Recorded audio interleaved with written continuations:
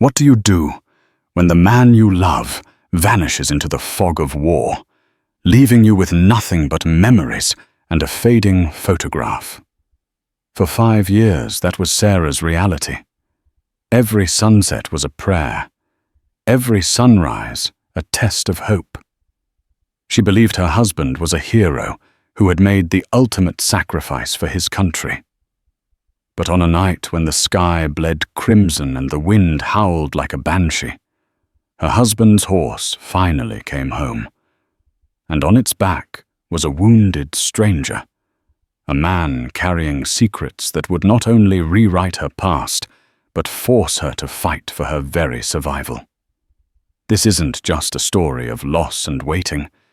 It's the story of what happens when the truth comes back to haunt you, and you discover the hero you worshipped was a man you never really knew at all. The dust in Redemption Creek, Montana territory had a memory. It clung to everything: the cracked leather of the saddle in the barn, the faded gingham curtains in the window, and the lines etched around Sarah Barrow's eyes, which were far too old for her 27 years. For 5 years, the dust had been her most constant companion, a silent witness to her vigil. Her husband, Sergeant Elijah Barrow of the 3rd Michigan Cavalry, had ridden out of this valley in the spring of '61, a plume of that same dust trailing his proud straight back. He was a man carved from the very promise of the West broad-shouldered, with a smile that could charm a rattlesnake and hands that were as gentle with her as they were firm on the reins. He'd promised to return. He'd written letters filled with soaring accounts of duty and honor. His elegant script painting pictures of a righteous war fought by noble men. Then in the summer of '63, after Gettysburg, the letters had stopped. The silence that followed was a different kind of war. It was a war fought against the creeping weeds in the cornfield, the predatory whispers of her neighbor, Mr. Abernathy, who wanted her land, and the crushing weight of a bed that felt as vast and empty as the plains themselves. The official word delivered by a grim-faced captain passing through the territory was that Elijah was presumed lost in a skirmish, his body never recovered. A hero, the captain had called him. A patriot. Sarah clung to those words. Her Elijah was a hero. His memory was a fortress she had built around her heart, its walls papered with his letters and mortared with the unwavering belief in his goodness. The evening it all began, a storm was brewing in the sawtooth peaks of the crazy mountains. The sky bruised to a violent purple, and the wind, a low moan all afternoon, began to shriek, tearing at the lone cottonwood tree that stood sentinel over their small homestead. Sarah had just finished milking Buttercup, her movements rhythmic and mechanical.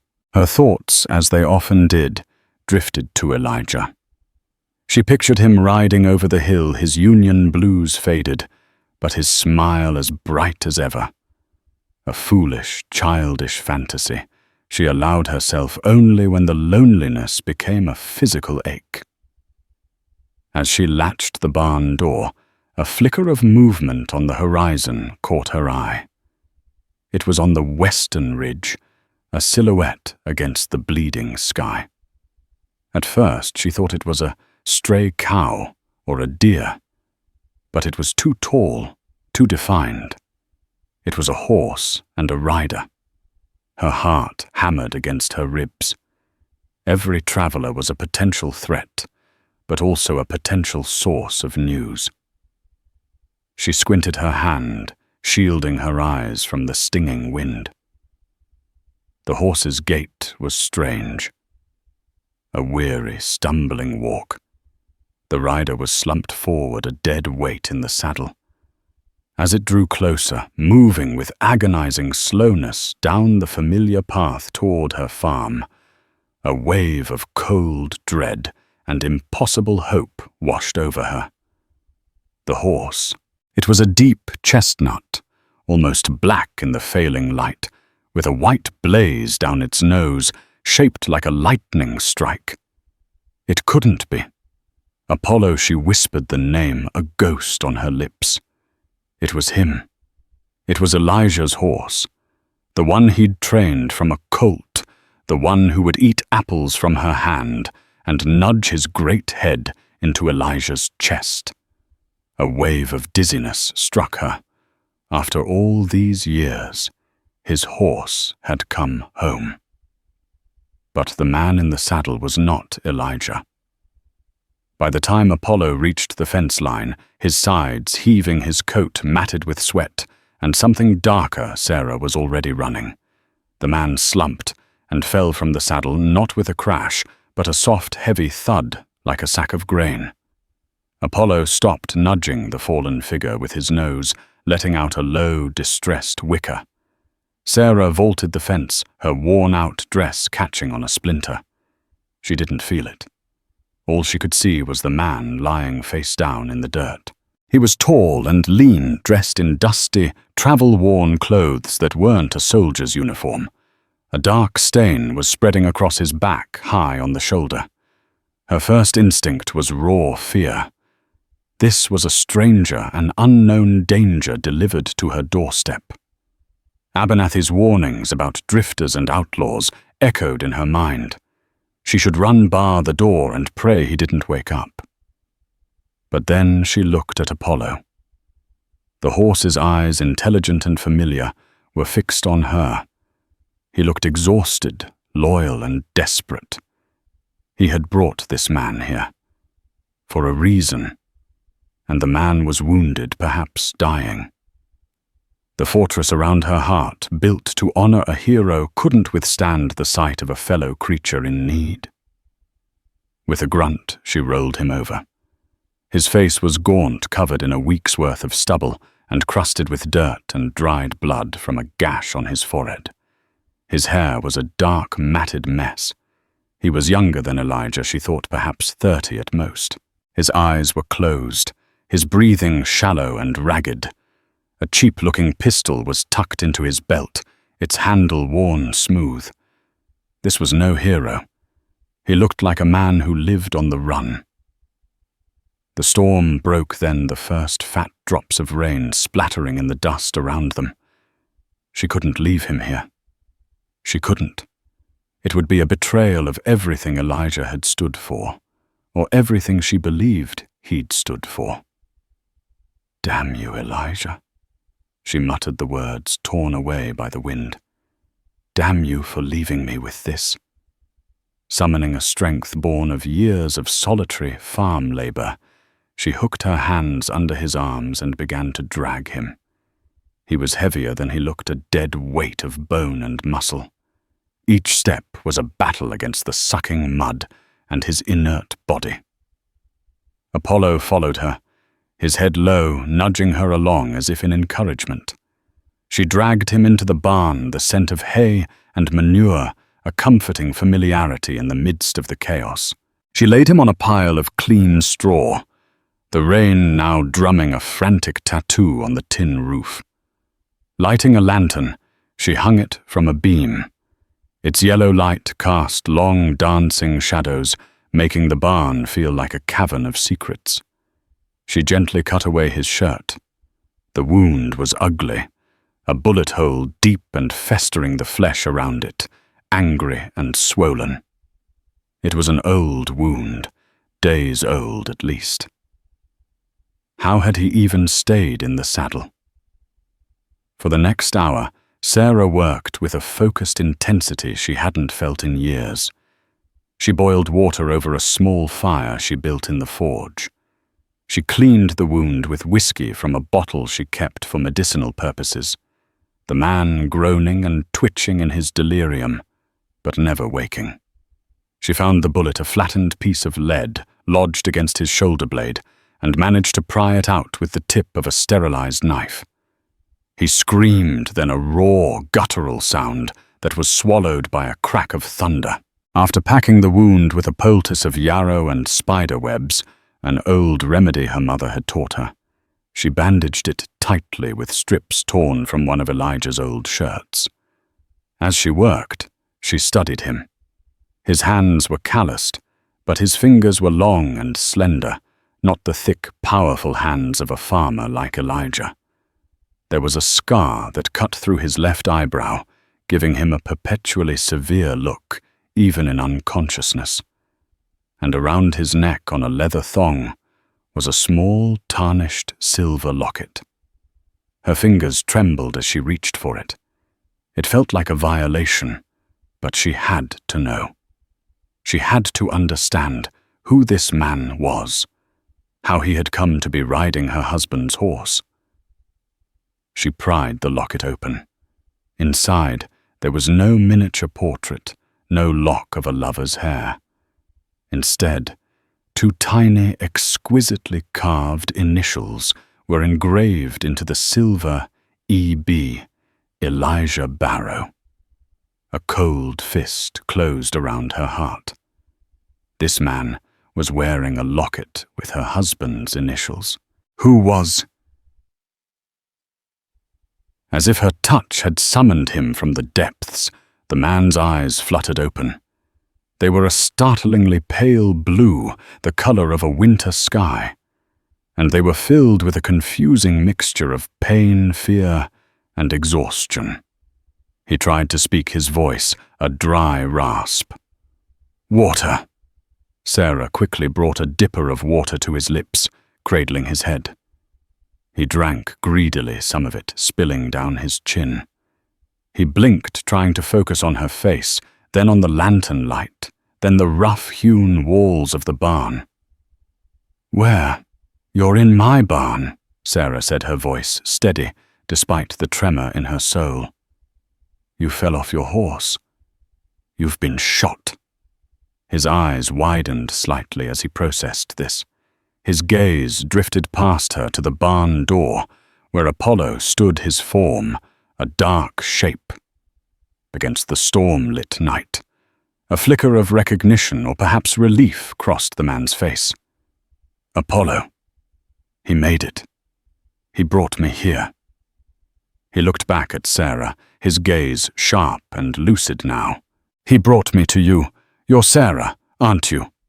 Sarah froze, the dipper clattering from her hand. "How do you know my name?" The man pushed himself up on one elbow, wincing in pain. "Elijah told me. He told me everything about you, about this place." The name spoken by this rough stranger in her barn was like a physical blow. "You knew my husband, knew him," the man said, a grim, sad smile touching his lips. He coughed a racking sound that shook his whole frame. "Ma'am, my name is Caleb Thorne. I was with your husband the day he died." The air left Sarah's lungs.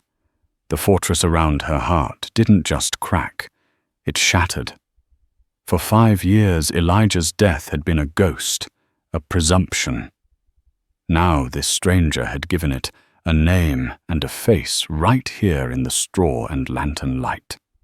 Caleb saw the look on her face. He struggled to reach into the inner pocket of his tattered coat. He pulled out a small oilskin-wrapped package and held it out to her. His hand was shaking. "He made me promise," Caleb rasped, his eyes pleading with her. "If anything happened to him, he wanted you to have this." Sarah's hands moved as if in a dream. She took the package. The oilskin was worn and smooth to the touch. With numb fingers, she unwrapped it. Inside was Elijah's journal. She recognized it instantly. It was a small, leather-bound book she had given him herself with a wild rose embossed on the cover. She had seen him write in it every night during the first few weeks of the war. It was real. This was happening. This stranger, Caleb Thorne, had brought her the last piece of her husband. Tears she hadn't shed in years began to stream down her face, hot and silent. They weren't tears of grief, not yet. They were tears of shock, of a dam of uncertainty finally breaking. She clutched the journal to her chest as if it were Elijah himself. "He died a hero, Mrs. Barrow," Caleb said softly, his voice full of a strange, almost rehearsed solemnity. "He saved my life. He saved all of our lives. You should be proud." Sarah looked at him, then truly looked at him through her tears, at the pale, pained eyes, the scar, the worn pistol, the locket that bore her husband's initials. He said Elijah was a hero. He spoke the words she had longed to hear, confirmed. But as the lantern light flickered, casting a shadow that danced across Caleb Thorne's face, a cold, sharp sliver of doubt pierced through her shock. Something was wrong. The way he spoke, the look in his eyes, it felt like a performance. And a terrifying question began to form in the ruins of her grief. If her husband was the hero, what did that make the man, his horse brought home? The storm outside passed, leaving behind a world washed clean and silent, the air tasting of rain and wet earth. But inside the barn, a more violent storm was just beginning to rage within Sarah. She stood over the wounded man, Caleb Thorne, clutching the journal to her chest. His words, "He died a hero," echoed in the cavernous space. Yet they felt hollow, ill-fitting.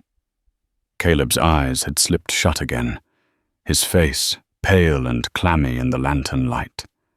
His breathing was still shallow, a faint whistle with every exhale. Leaving him in the barn, even with fresh straw and a blanket, felt like a death sentence. He was a threat, a mystery, a man who wore her husband's locket and rode her husband's horse. But he was also a human being bleeding on her floor. Her conscience, a stern and unforgiving master, won the battle against her fear.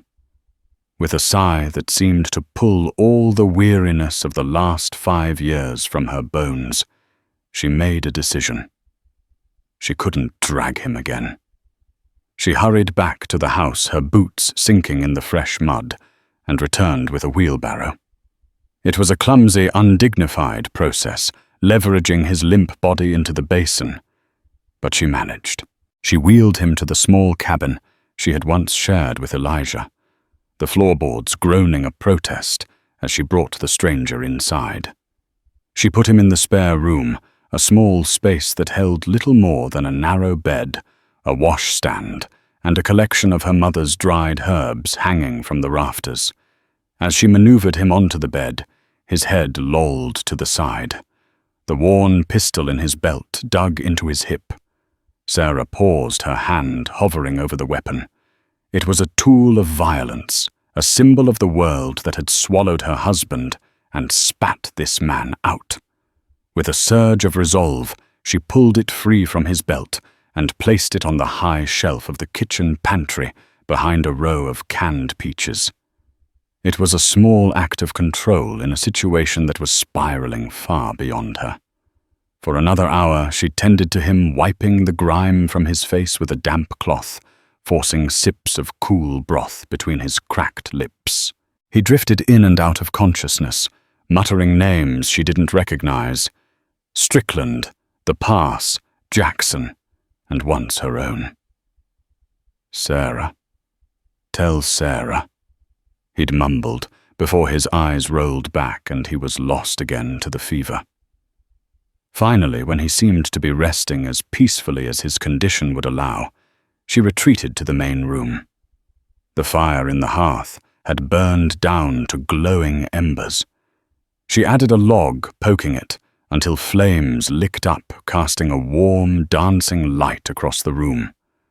The journal lay on the rough-hewn table, its leather cover dark and imposing. It was the heart of the matter. The truth, or some version of it, was inside. Her hands trembled as she sat down and opened it.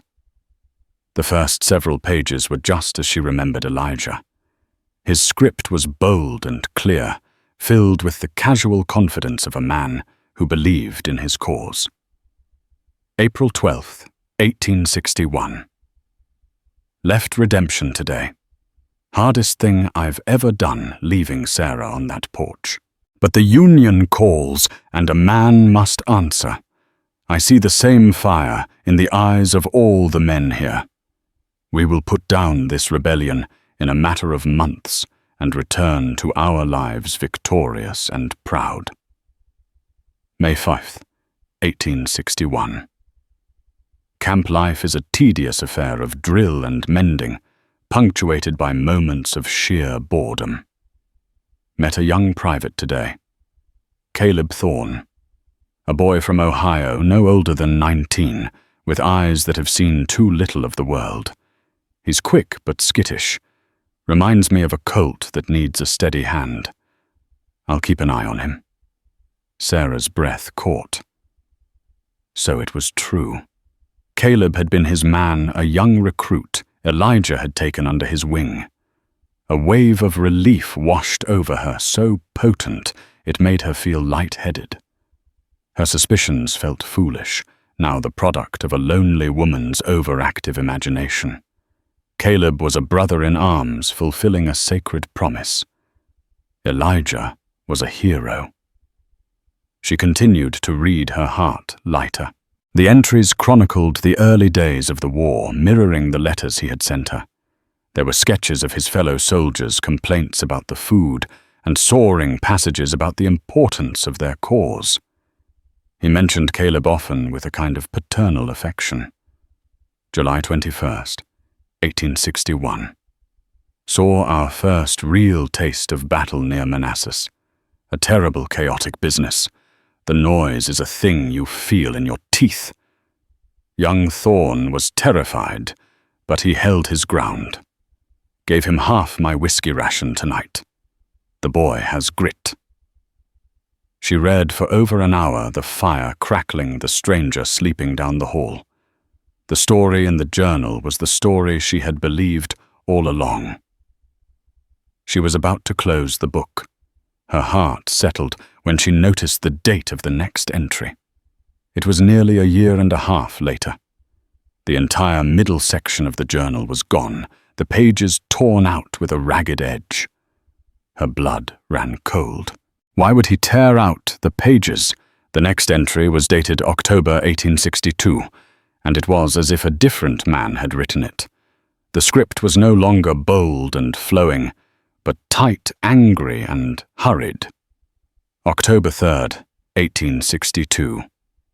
They've given us a new commander. A Major Strickland. He's not a soldier. He's a vulture in a blue coat. He talks of unconventional tactics and seizing enemy assets. I know what that means. He's a thief with a government sanction. The war has changed. Or perhaps it was always this ugly, and I was too blind to see it. Sarah's fingers tightened on the page. This was an Elijah she did not know. The optimist was gone, replaced by a cynic. November 15th, 1862. Strickland's special unit, me Thorne and a few others. He chose us because we're far from home, with no one to ask questions if we disappear. Our official duties are reconnaissance. Our actual duties are banditry. We stopped a supply wagon today. It wasn't Confederate. It belonged to a group of settlers. Strickland called them sympathizers. We took everything. I saw the look on the farmer's face. It was the same look my own father had when the bank took his land. December 25th, 1862. Christmas. We are camped in the Virginia hills. The men are roasting a stolen pig. Thorne is laughing. He has taken to this new work with a disturbing enthusiasm. The boy I sought to protect is gone. In his place is a man with empty eyes and a quick hand on his gun. Strickland praises him, says he has a pragmatic understanding of the world. I feel like I am in the company of wolves. Sarah felt sick.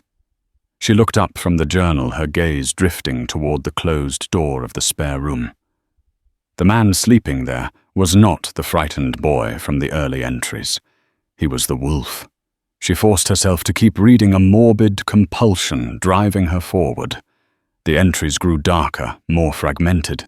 Elijah wrote of ambushes that felt more like murders, of caches of gold and silver coins, of a growing paranoia that consumed him. March 10th, 1863. Strickland is mad with greed. He doesn't even pretend this is for the Union anymore. It's for him. He has a map, claims it leads to a hidden payroll, a Confederate bank transport that went missing. He believes it's our path to riches, a way to leave this damnable war behind as wealthy men. I told him it was madness. He just smiled and cleaned his revolver. Thorne stood behind him, watching me. He didn't say a word. June 28th, 1863. We found it, tucked away in a cave system south of Gettysburg. More gold than I have ever seen. An entire army's payroll. Strickland wants to take it all and desert, head west. He thinks we're all in it together. But I saw the way he looked at the other men. He won't share.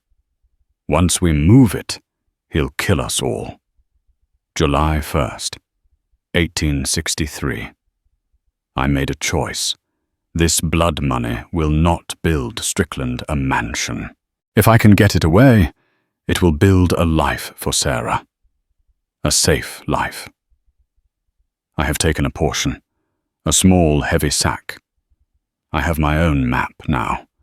I told Thorne I was scouting a rebel position. I don't know if he believed me. His eyes are like chips of ice. He watches everything. Apollo is ready. If I can just get clear of the battlefield. That was the last entry. Sarah stared at the final words, her mind reeling. The hero of Gettysburg. The patriot. It was all a lie.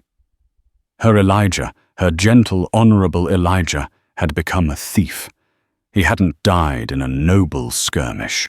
He had been part of a band of marauders and had been caught in a web of his own making, trying to steal from his fellow thieves.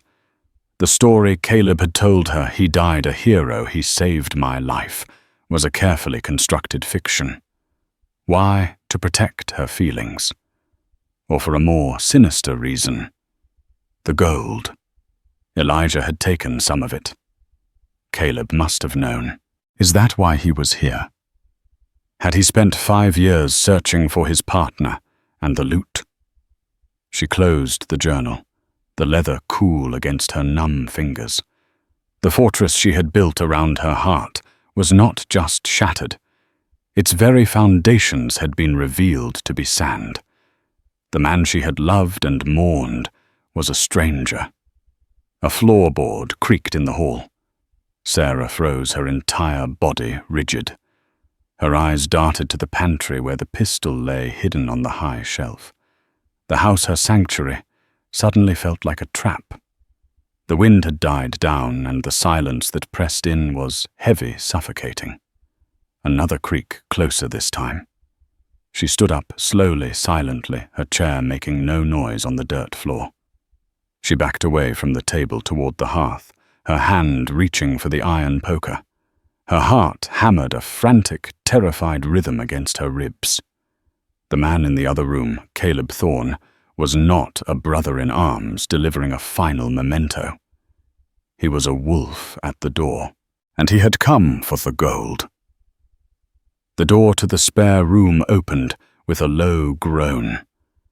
Caleb Thorne stood silhouetted in the doorway, leaning heavily against the frame. He had pulled a blanket around his wounded shoulder, but his bare chest was visible slick with feverish sweat. His pale blue eyes were no longer hazy, but sharp, locked on the journal in the center of the table. "You read it," he said. It wasn't a question. His voice was stronger now, a rough baritone that filled the small cabin. Sarah's knuckles were white on the iron poker. Everything. He took a shuffling step into the room. The firelight played across his face, illuminating the scar, the gaunt cheeks. The wolf had left its den. Then you know. I know my husband was a thief. She said the words tasting like ash. And I know he was running with men like you. A flicker of something anger crossed his face. Men like me. You have no idea what it was like, ma'am. You sit here in your quiet little valley with your cow and your garden, and you judge men who crawled through hell.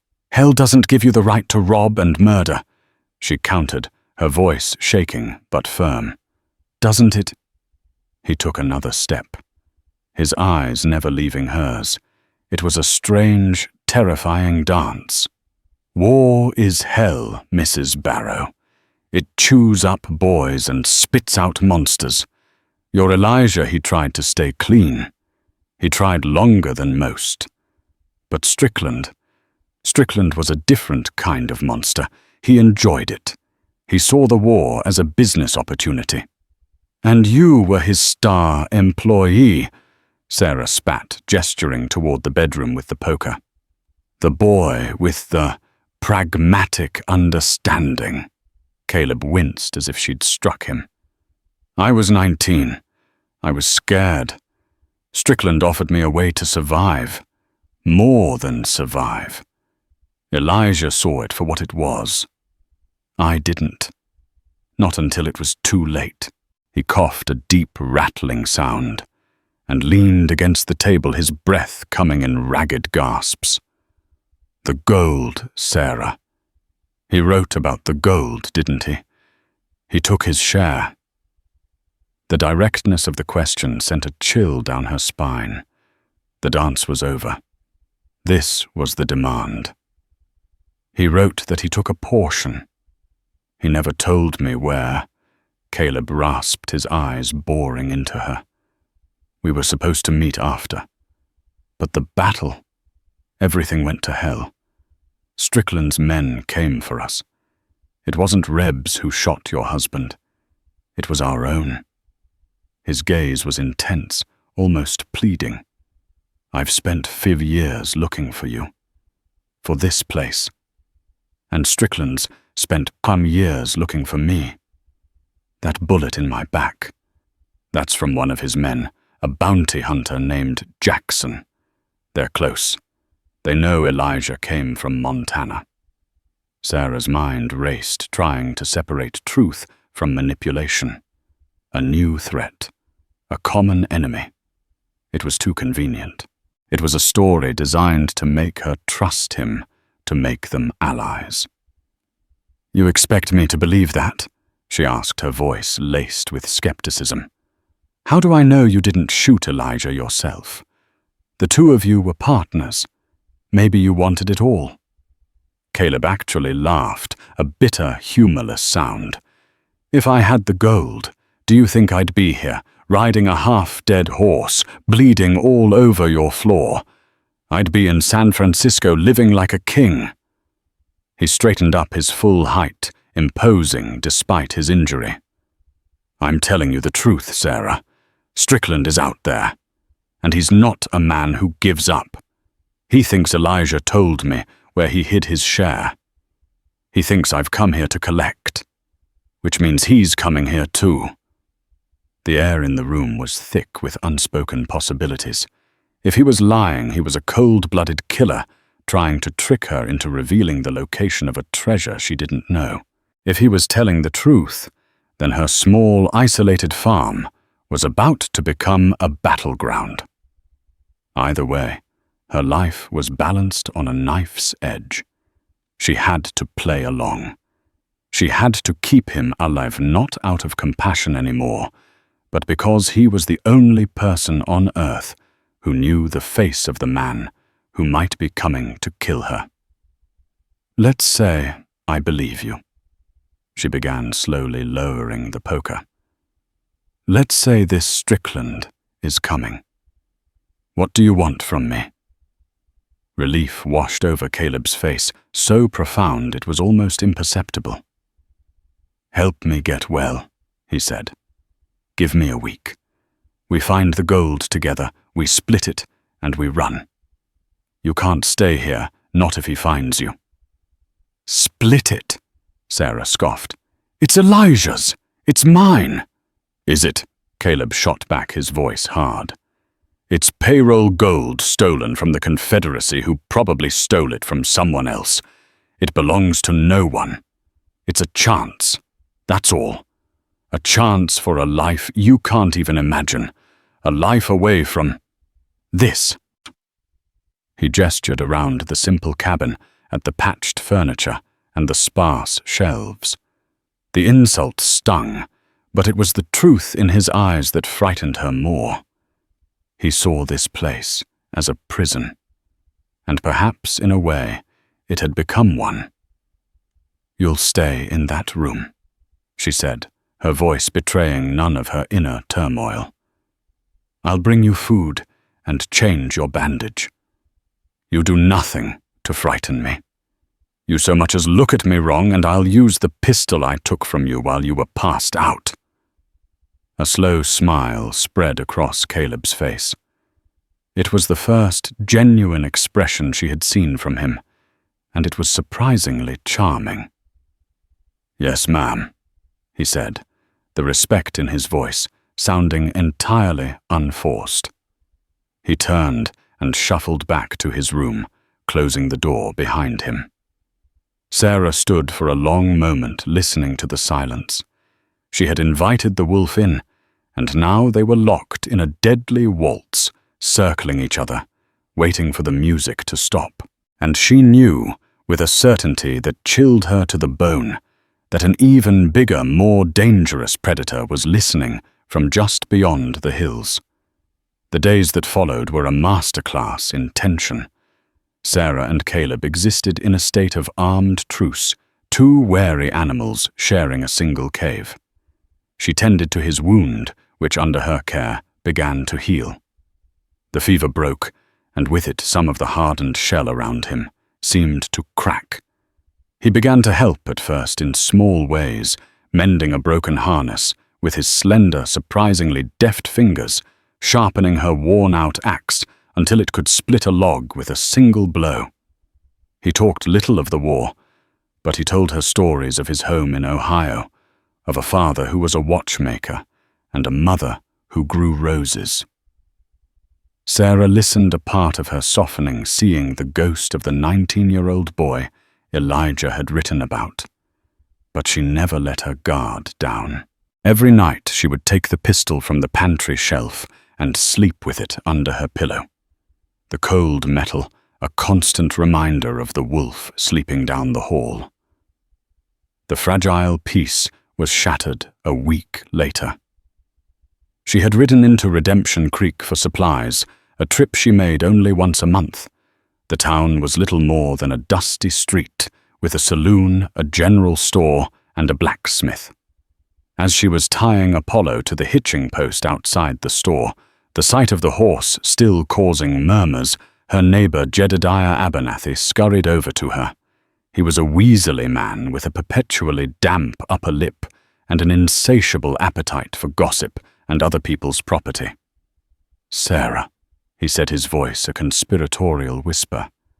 "You've got a visitor on your land, don't you? A fellow with a bad shoulder." Sarah's blood ran cold. "I don't know what you're talking about, Mr. Abernathy." "Oh, I think you do." He sneered, his eyes gleaming with petty triumph. "Saw him from the ridge chopping wood yesterday. You best be careful, a widow woman like you taking in strays." Before she could form a reply, he leaned in closer. "That ain't the half of it. There was another stranger in the saloon last night. A different sort altogether. Dressed fancy like a banker from back east. Silver-handled cane, clean-shaven. He was asking questions, asking about a Sergeant Elijah Barrow and any associates he might have had. Offered a $20 gold piece for information." Sarah felt the ground shift beneath her feet. It was him. Strickland. Caleb had been telling the truth. The threat was no longer a ghost story told by a wounded man. It was real, and it was in her town, breathing the same air. She finished her business with trembling hands, her mind a whirlwind. She had to warn Caleb. As she rode out of town, she saw Abernathy talking to a man standing in the shade of the saloon's porch.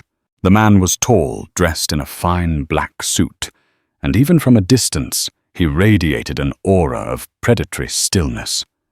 He turned his head as she passed, and though she couldn't see his face clearly, she felt his gaze on her like a physical weight. She rode Apollo hard, the wind whipping at her face. When she burst into the cabin, Caleb was sitting at the table cleaning his pistol, which he must have retrieved from the pantry while she was gone. He looked up, his eyes immediately registering her panic. "He's here," she gasped, breathless. "Strickland, he's in town." Caleb went pale. He stood up the chair, scraping loudly against the floor. "How do you know?" "Abernathy saw him, described him perfectly. Said he was asking about Elijah." She leaned against the door, her legs weak. "He saw you, Caleb. Abernathy saw you on the farm." The color drained from Caleb's face. "Then he'll lead him right here. The greedy old fool will sell us out for a gold piece." He ran a hand through his hair, pacing the small room like a caged tiger. The wolf was back, and he was terrified. "We have to go, now." "Go where?" Sarah cried, a wave of hysteria rising in her throat. "With what?" "We still don't know where the gold is." "The journal," Caleb said, grabbing it from the mantelpiece. "Elijah wrote, 'I have my own map now.' It has to be in here, a word, a symbol, something." They pored over the last entry, their heads bent close together over the table, the animosity between them forgotten, replaced by a shared, desperate urgency. They read the words again and again. "I have my own map now." "It's not here," Caleb said finally, slamming his hand on the table in frustration. "There's no map." Sarah stared at the journal, at the embossed wild rose on the cover, a gift she had chosen so carefully all those years ago, and then a memory surfaced, faint and distant, like an echo down a long hall. It was a summer afternoon before the war. She and Elijah were walking the property, planning the future. He'd stopped at a small, secluded bluff at the far edge of their land overlooking the creek. A thicket of wild roses grew there, their pink blossoms a splash of color against the dry earth. He'd kissed her then, and told her, "This is our spot, Sarah. This is where the heart of this place is. Don't ever forget the roses." "The map isn't in the book," she whispered, her eyes wide with dawning realization. "The book is the map." Caleb looked at her confused. "What are you talking about?" "The wild rose," she said, tapping the cover. "There's a place on the bluff, a place only he and I knew. He called it our spot. It's covered in wild roses." Caleb's eyes lit up with a wild hope. He would have buried it there. A place only you would know to look. He grabbed her by the arms, his grip tight. "We have to go. Now, Sarah, before he gets here." He turned to grab a saddlebag, but stopped. He looked back at her, his face grim.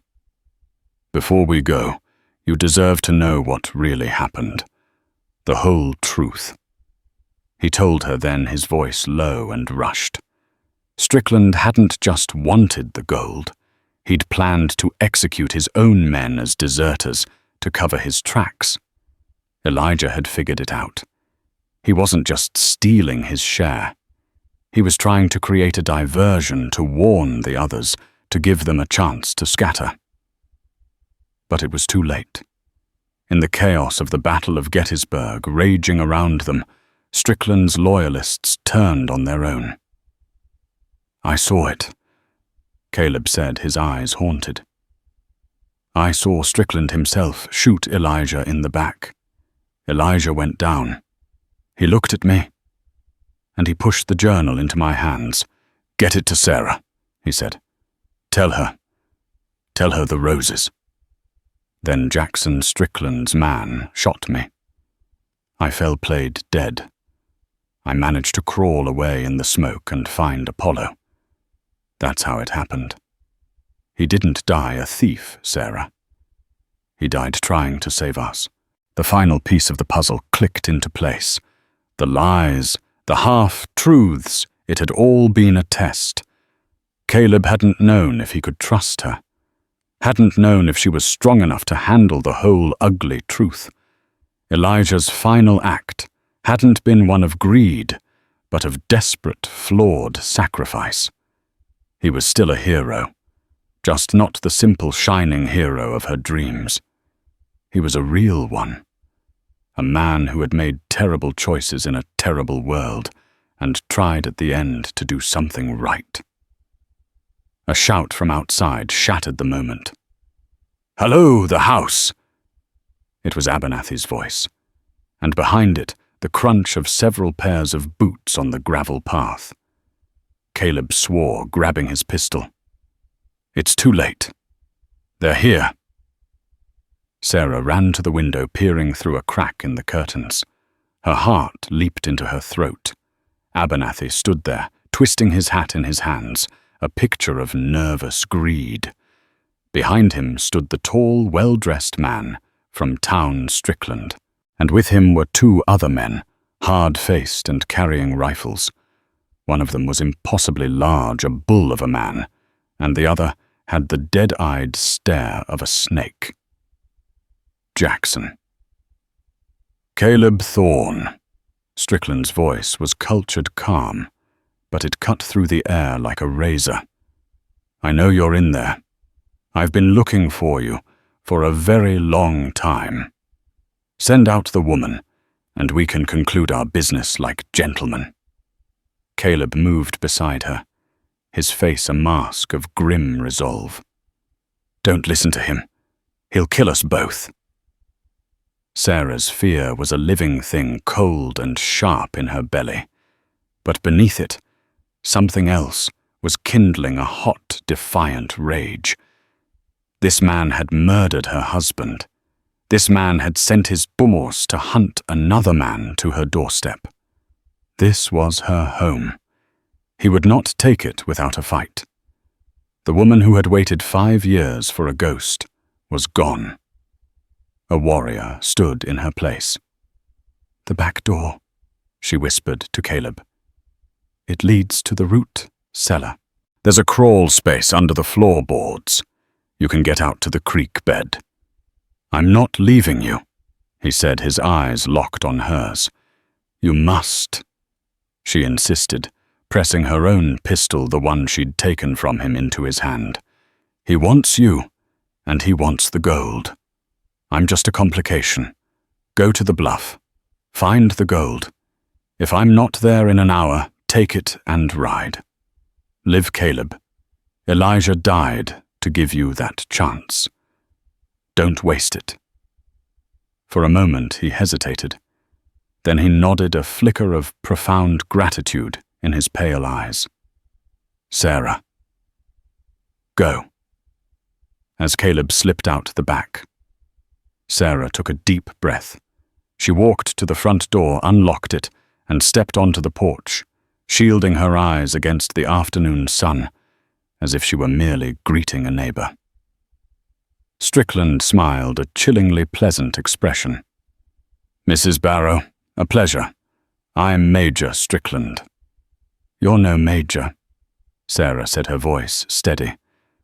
"And you're not welcome on my land." Strickland's smile faltered. "There is a fugitive in your home, a murderer and a thief. Hand him over, and my man here." He gestured to Abernathy. "Informs me that you will be well compensated for your trouble."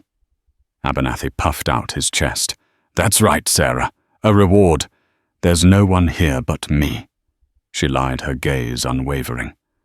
Strickland's eyes narrowed. He took a step forward. "Do not play me for a fool, madame. I have been patient. My patience is at an end." Jackson searched the house. The snake-eyed man started forward, but Sarah didn't move. She just stared at Strickland. "You killed my husband." The statement hung in the air. Strickland stopped. "Your husband was a deserter and a traitor to his unit. He got the death he deserved. He deserved to die at home in his own bed with a wife who loved him." She shot back her voice, ringing with passion. "Not in a ditch, shot in the back by a greedy coward." At that moment, a shot rang out from the direction of the barn. Jackson, who had been moving toward the house, crumpled to the ground, a dark stain blossoming on his chest. Caleb hadn't run. He'd circled around to the barn, creating a diversion. All hell broke loose. Strickland and the large man dove for cover, firing their own rifles toward the barn. Abernathy shrieked and fell to his knees, covering his head. Sarah used the moment of chaos to duck back inside the cabin, bolting the door. Another shot from the barn, and the big man grunted, grabbing his arm. It was a siege, a desperate, hopeless fight. 2 wounded people against 2 armed killers. But Sarah and Caleb had something Strickland didn't. They knew the land. The next hour was a blur of terror and adrenaline. Gunshots echoed across the valley. Sarah moved through her cabin, firing the old rifle Elijah had left behind through the windows, making herself a difficult target. She was a surprisingly good shot. Caleb, using the barn for cover, kept Strickland and his remaining man pinned down, but they were outgunned. The big man, ignoring his wound, began to advance on the house, using the wood pile for cover. Strickland laid down a suppressing fire on the barn, preventing Caleb from getting a clean shot. It was over. The man was almost at the porch. He would kick the door in, and it would be finished. Suddenly, a new sound. The thundering of hooves. A horse burst from the trees behind the barn. It was Apollo riderless, galloping directly toward the fight, panicked by the noise. The horse, loyal to the last, charged straight at Strickland. The former major yelled in surprise and scrambled out of the way, giving Caleb the opening he needed. A single shot, and Strickland fell, clutching his leg. At the same time, Sarah saw her chance. The big man was distracted by the horse. She aimed. Elijah's rifle took a deep breath and fired. The man grunted and staggered, but didn't fall. He turned his furious gaze on her window and raised his own rifle. Just then the back door of the cabin burst open. It was Abernathy, his face a mask of terror. "The gold!" he screamed, seeing his chance to get it for himself while everyone was distracted. He ran past Sarah, heading for the bluff. His sudden appearance was all the distraction the big man needed. He turned his rifle toward the fleeing Abernathy and fired. The greedy neighbor fell without a sound, but in that split second, turning his back on the cabin, he had sealed his own fate. Sarah fired again. This time the man dropped his rifle and collapsed for good. Silence fell, broken only by the whimpering of Strickland on the ground and the sound of Caleb running from the barn.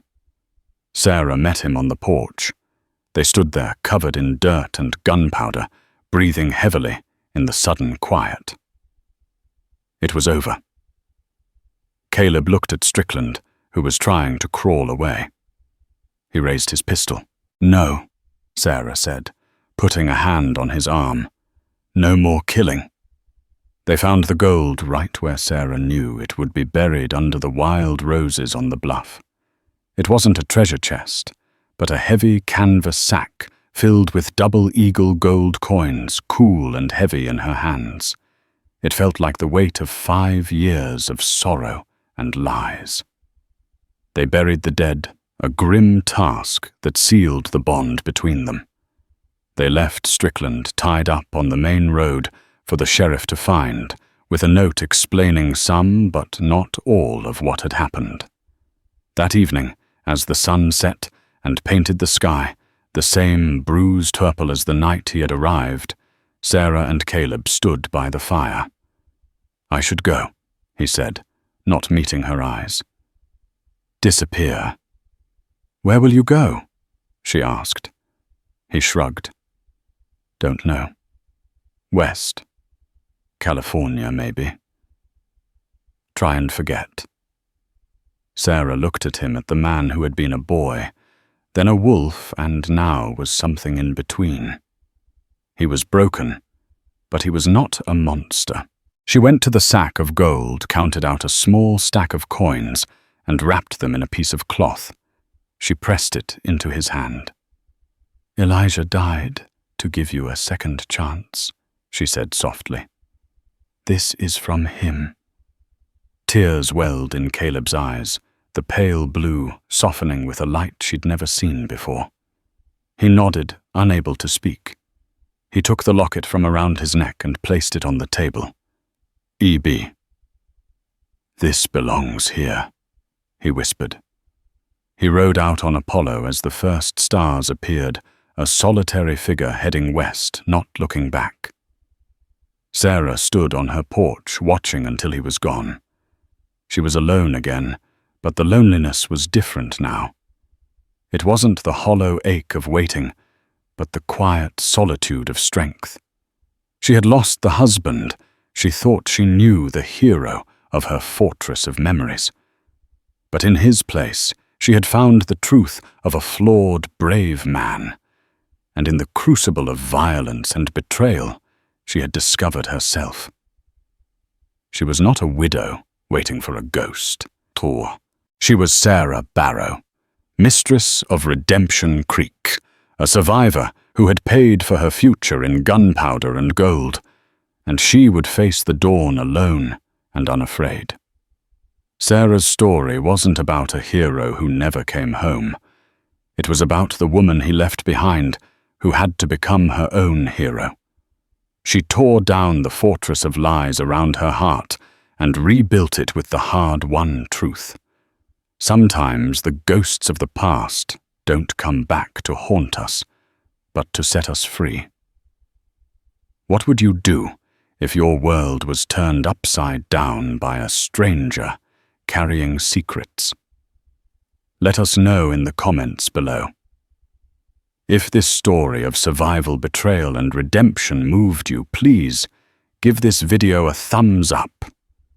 Share it with someone who loves a powerful drama, and don't forget to subscribe for more true-to-life tales from the wild pages of history.